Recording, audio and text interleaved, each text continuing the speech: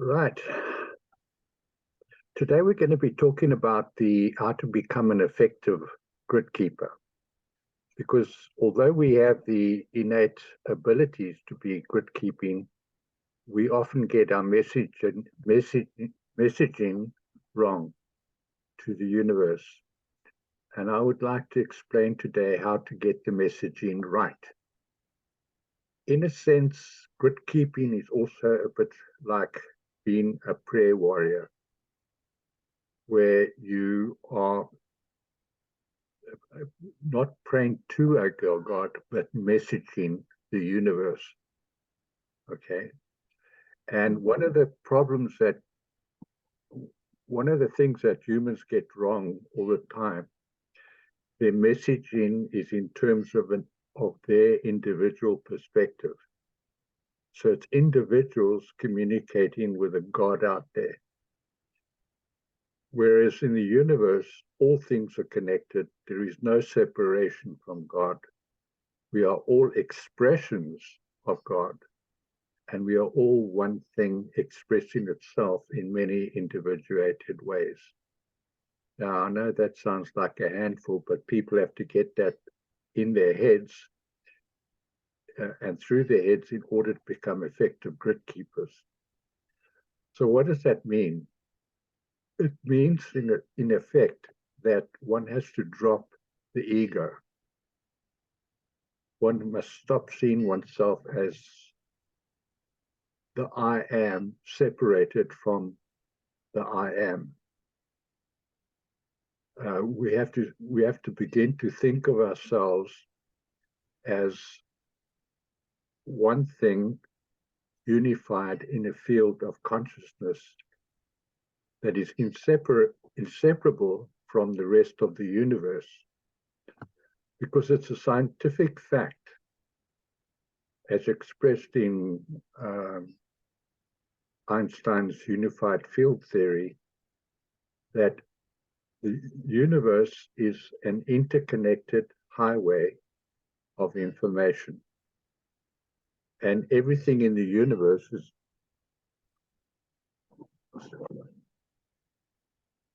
I've got a lawnmower outside making a noise. Everything in the universe is interconnected, whereas humanity tends to think of themselves as individuals with an exterior world.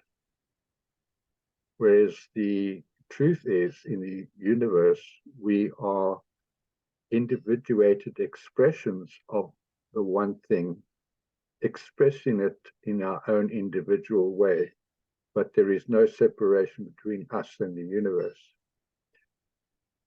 Now, practically, how does one do that? Well, I was taught, actually, that the way to do it is to drop the word I, my, from my vocabulary, and rather to adopt the wording we. Now, in fact, if you look at the Lord's Prayer in the Bible, it's when the people asked Jesus how to pray, he gave them the prayer, the Lord's Prayer, which says, "Our Father who art in heaven, hallowed be thy name, thy kingdom come, thy will be done on earth as it is in heaven, and forgive us our trespasses, as we forgive them that trespass against us, and lead us not into temptation, but deliver us from evil." Now, you can clearly see there's no I in that prayer. And in a sense, that's what grid keepers have to do. They have to drop the I from their prayer and allow the universe to deal with their messaging as it does, with grace and compassion and kindness and patience. And every request that goes out there into the universe is replied to. And it's either reply to, I can't understand your messaging, or it is reply to, is I will make all things come together for good that love the all.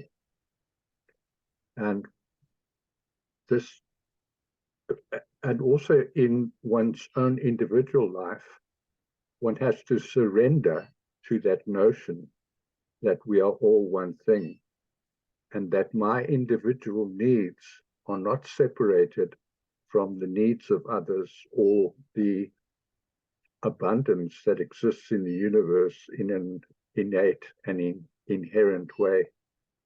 The universe is this unified field of consciousness, which is all giving, all forgiving, all abundance. And adopting a consciousness of separation from the all deprives one of the abundance. It also deprives one from the knowledge and the incoming knowledge that the universe gives us through our soul bodies. And so we're so quick to look out there for answers when the answers are always in there if we'd spend the time listening to the inner heart and to the inner soul body. Because we are souls, eternal souls, and there is no beginning, there is no end. We have birth and death on this planet, but that's an illusion. And death is as much an illusion as life is. And it's a hologram that we create with the universe.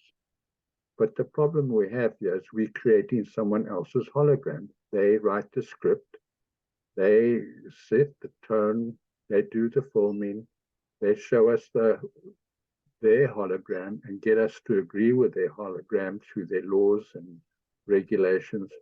And so we become thoroughly intertwined with a false reality. So one has to look at a bigger picture of the universe and see that all things are one thing and that there is no separation between people.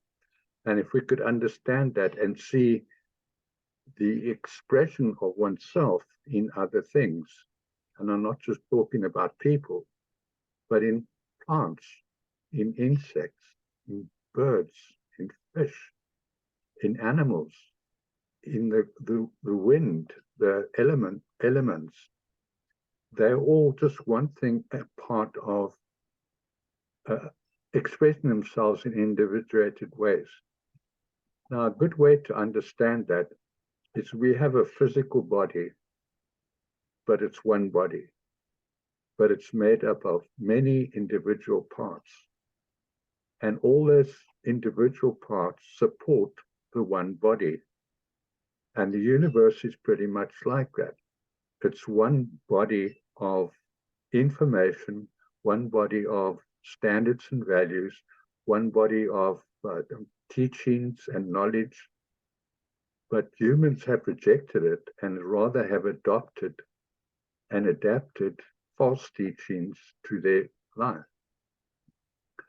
Now, in the Bible, the first commandment is, thou shalt love thy God with all thy heart and with all thy soul, and shalt have no false gods before me. But humans keep creating this false God, this out there God that doesn't exist, because the out there God is in there. There is no separation between creation and created.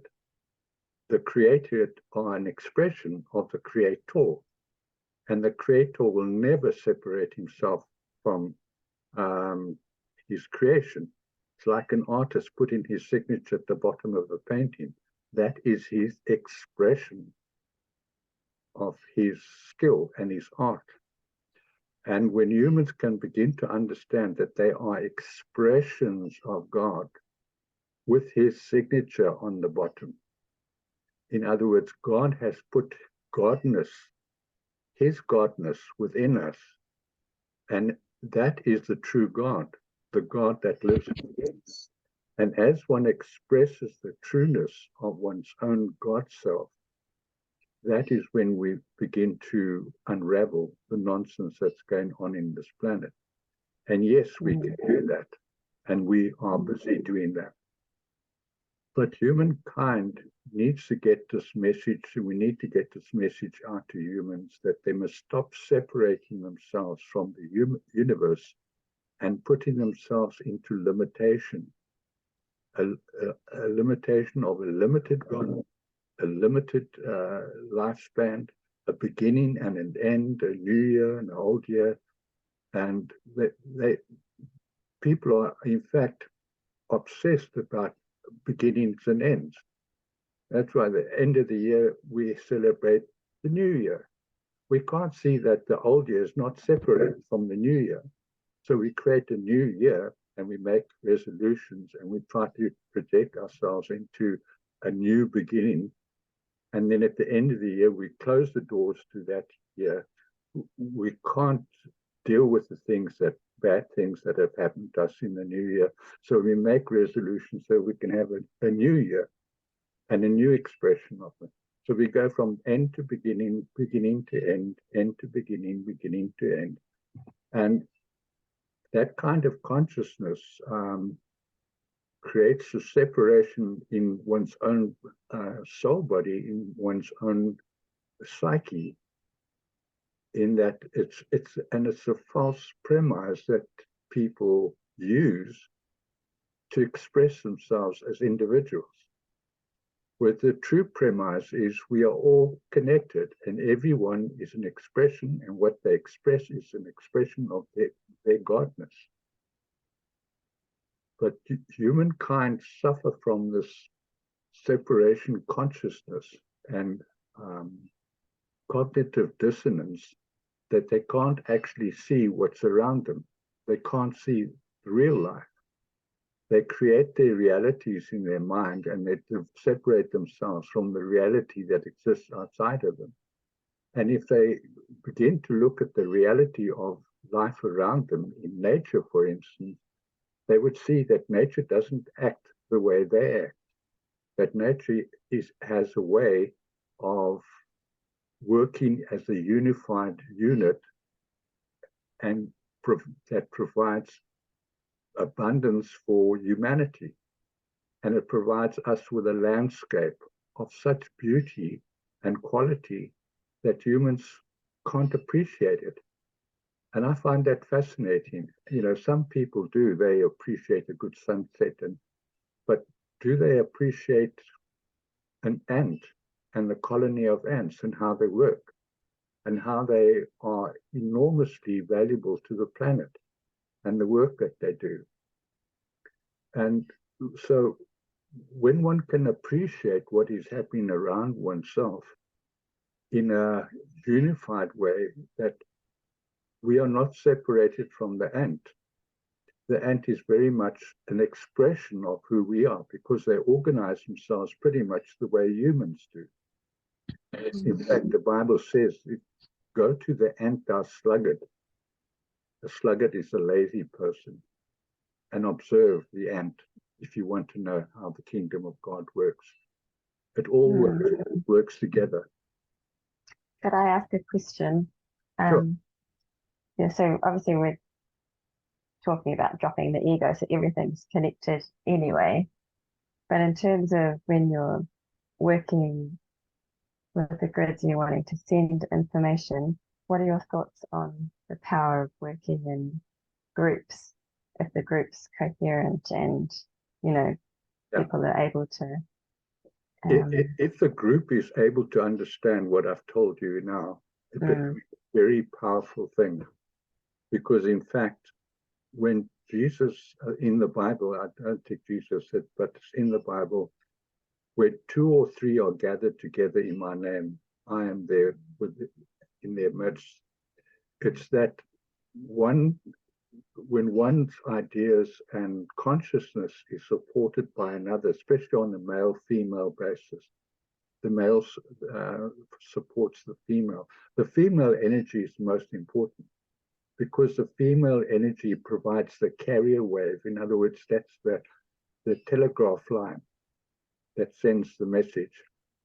Okay, the message is the male. So, but the female is that form, the magnetic form that carries the wave of information. So the female is very important in creating, in supporting the messaging of the male. Okay, if one, I'm not talking particularly of male or female in terms of gender, I'm talking about male and female in terms of energy. The male energy is electric, the female energy is magnetic. And when they come together, they have an enormous creative power. In fact, that's how children are born, despite the work nonsense that's going on that tells us that women are no longer women. That's, information from the pit of hell, really. And it's really, women are a very powerful force in this planet. And frankly, I believe the ascension of this planet depends very much on the female energies on the planet. But sure, when groups do come together and they support each other's messaging, they create a critical mass of energy and messaging. And as I said, the universe always responds to the messaging. And when it comes to the universe as a powerful messaging, that powerful messaging is always responded to. And I've participated in many groups in my life, and I've found that group messaging is always stronger than individual messaging, provided the messaging is all on point and it's agreement. It's like a contract. We agree to this, and we agree to the result that comes as a result of our putting out that message. So it's very much an interactive thing. One has to be prepared to accept the outcomes of the messaging. But in my time, I've also done big prayers, big things. I've asked for a change on the planet, the consciousness of the planet. That was in 2006. I asked for the exposure of the pedophilia that's going on in the planet. I asked for the exposure of the child trafficking and drug trafficking that goes on. I asked for the exposure of governments and the corruption within governments. I asked for a return to the law of one. And all of that is coming about. Big prayers give big answers. So one needs to put out that messaging, big messaging, and if you can get a group to agree, that is a very powerful thing. And when I was a grid keeper, I was not alone as a grid keeper. There were 144 grid keepers around the planet doing the same thing, and we all agreed to the contract. So we knew we were a powerful force, but we didn't necessarily, we weren't physically next to each other, but we had contact, a bit of contact with each other, and we were so different as people, individuals, but we were united in our understanding of the universe and the unified field of consciousness. We'd all been trained in ley lines and the history of the planet and how our ley line system had been corrupted here by the fallen angelics when they brought in a satellite that collided with Earth and set it off at an angle of 23.4 degrees to its magnetic spin. So we were all given the information. We were all dedicated to providing the one messaging, and that was restoration of Earth, and in order to prepare it for an ascension. But ascension is a whole different subject. So 144, obviously that relates to, like 12 strands of DNA and all those types of things. Yeah. Do you think there are other numbers that are particularly powerful if you want to set up a network or work in a group? Yeah, the universe works on a base number of 3. There's magnetic, electric, and then there's rhythm. Those are the three things. The rhythm, the pulse, creates the frequency of both the electric and magnetic fields. For instance, if you play a drum through a speaker, you'll see the speaker bounce. Now, all loudspeakers have magnets within them, and the magnet is the female energy, and that pulses. And the pulse and rhythm of life and everything, we all pulse at the same rate. The Earth's Schumann resonance, which is 7.8 hertz, is the same resonance that our brains pulse at. Our brains pulse at the same resonance. When the Schumann resonance changes, so does the whole of humanity's rhythm change. It all has to do with something called the circadian rhythms of the universe. It's the way the universe pulses messages, and the pulsing brings out the frequency. The faster the pulse, the higher the frequency. And the frequency is the measurement between in time in terms of the peaks and troughs of any wave. So, yeah, it's very important that people understand that the numbers 3, 6, and 9 are the base numbers for the construct of the universe. Everything is based on the number 3. That's why you get the 4 times 3 is 12, 12 times 12 is 144, 144 times 12 is 1,728. And all these numbers have significance in terms of where the universe has been constructed. You know, it can be expressed in mathematics, it can be expressed in words, in many, but it all goes back to the number 3. 1, 2, and 3, and everything in the universe is constructed on that number. That's why we have a 12-dimensional dimensional system. The dimensions 1, 2, and 3 create a harmonic, and the harmonic is based on the pulse, the rhythm that sends waves of magnetic and electric energy together. Now, that's from an energetic perspective, but how it works is the pulse and the rhythm also determine the density of the matter in that particular harmonic field.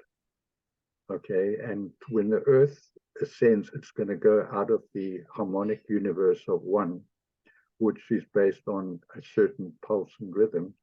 The frequencies of those rhythm are increasing even now as we speak. They're increasing to go up into the next harmonic, and it all depends on the frequency and the rhythm. Now, as a grid keeper, we had to learn how to manage the pulse and rhythm of our own lives, and that included a lot of breath work.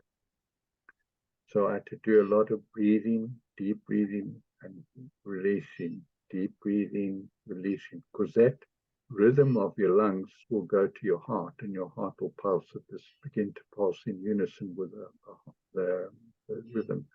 But understanding that you can change your consciousness and the consciousness of people around you through your breathing. You'll notice when a crowd gets disturbed, or in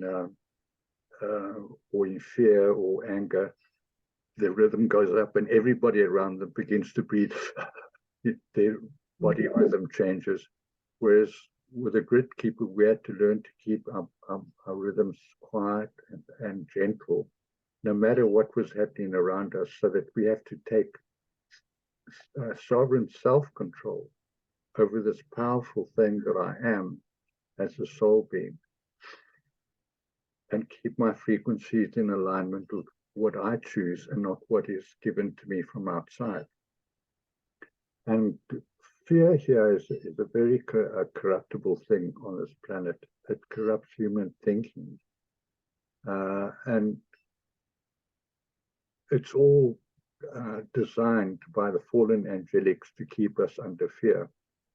And because they keep us under fear, they determine the frequency of our rhythms in our biorhythms in our world.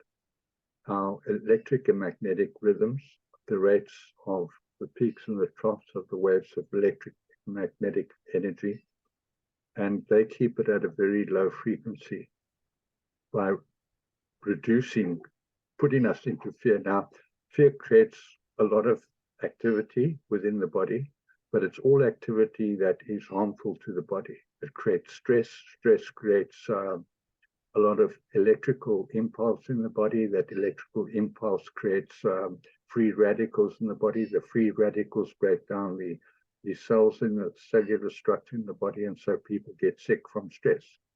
That's as simple as it works. So one has to keep oneself stress-free, toxic-free as much as one can. So in working with groups, I found also that when working with groups, there's a lot of toxicity if you don't vet the people. They have to be like-minded people, because if you get one person come in who is not like-minded, he will create a toxic energy for the rest of the group. So one has to be careful in working with groups to keep that toxicity out of it. But if one can find a group or create a group like that, it's a very powerful thing.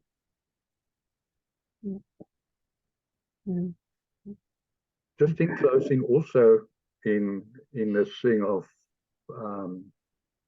the law of one says that all things are one thing, expressed in individuated ways. And the way to carry out the law of one is there three things: to cause no harm, do no harm, cause no loss, and do not impede the freedoms of other people. And in putting out one's message into the universe, one has to keep in mind the harm that your messaging might cause to other people and to the universe. But for instance, you know, putting out a message to relate to stop pedophilia on it, it would cause harm to pedophiles, because pedophiles have a sickness, and it's a demonic kind of sickness that they lack compassion. They psychopaths, and they also they have no feeling for other people.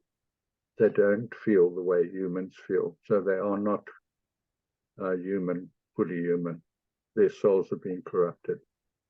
And so when putting out a message, how to create no loss, the beloveds told me that put the message out there and let the universe deal with it.